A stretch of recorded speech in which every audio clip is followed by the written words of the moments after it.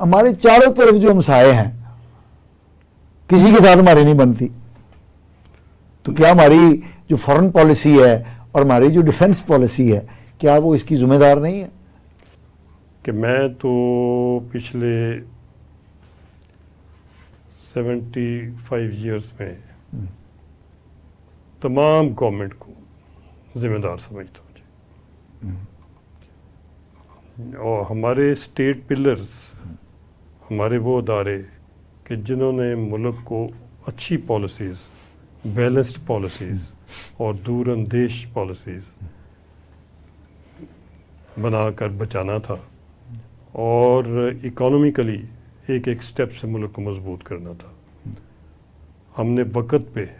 چیزیں ٹھیک نہیں کی، ہم نے وقت کے اوپر اپنی کمزوریاں دور نہیں کی، ہم نے وقت کے اوپر ملک کو بنانے کے لیے اپنی قربانی دینے میں کسر رکھی، معاشی طور کے اوپر ہم نے احتیاط نہیں کی، معاشی طور پہ ہر پاکستان کے مفاد پہلے ہونا چاہیے تھا، ذاتی مفاد بعد میں ہونے اچھا کرنل صاحب، یہ جو دفاعی اور سفارتی پالیسیاں ہیں، خارجہ پالیسیاں ہیں، یہ تو ہمارا ایک ذمہ دار محکمہ ہی بناتا ہے نا، تو کیا وہ ذمہ دار نہیں ہے ان چیزوں کا؟ نہیں جی، میں سمجھتا ہوں تمام ذمہ دار ہیں، صرف ایک محکمہ ہی ذمہ دار نہیں ہے، تمام ذمہ دار ہیں، تمام اسٹیٹ پلر کے ادارے ذمہ دار ہیں، جس میں کوئی بھی ایسا نہیں ہے انکلوڈنگ میڈیا کہ اگر ہم آڈٹ کرنا شروع کریں ایک ایک کا اور سوچنا شروع کریں کہ کن کن فیصلوں نے کس وقت اس کیا نتائج پیدا کیے اور اس ملک کو کیا نقصان پہنچایا،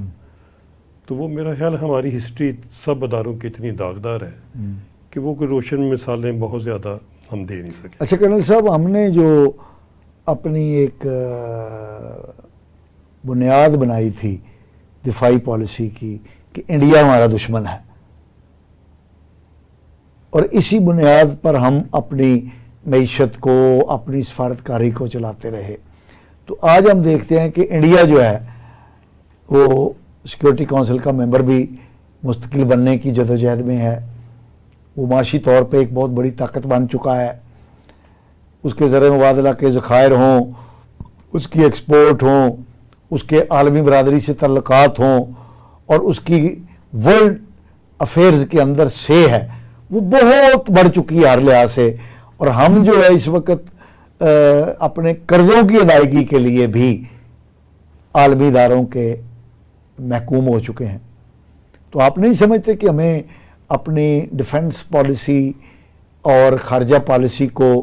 نئے حالات کے مطابق دیکھنا چاہیے؟ میرا خیال ہے جی کہ بالکل دیکھنا چاہیے، اور جو ہماری موجودہ ٹیم ہے ملک کی عسکری ٹیم اور جو لیڈرشپ سول سائڈ پہ ہے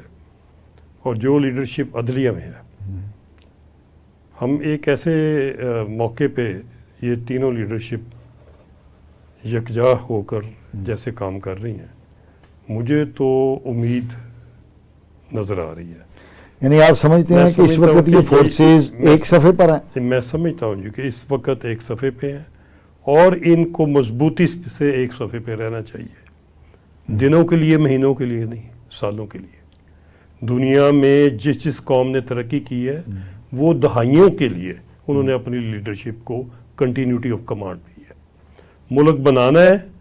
تو لیڈرشپ کو ساتھ لے کے چلنا پڑے گا، لوگوں کے ساتھ بھی چلنا پڑے گا، آپس میں بھی چلنا پڑے گا،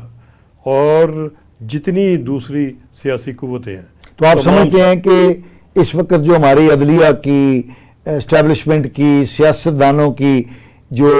قیادت ہے وہ ایک صفحے پر ہے؟ ایک صفحے پہ اتنی ساری ایک صفحے پہ نہیں ہے، کچھ تو ایسے ہیں جو کہ ملک کو روزانہ نیچے گرانے کی کوشش کرتے ہیں، کچھ تو ایسے ہیں جو کہ بات کرتے ہیں اور آگ لگا دیتے ہیں۔ کھل کے بات کریں۔ جی میں کھل کے بات عمران خان کی طرف آپ کا اشارہ ہے؟ جی اس کو، ان کے علاوہ بھی کئی ایسے ہیں کہ جو ملک کے استحکام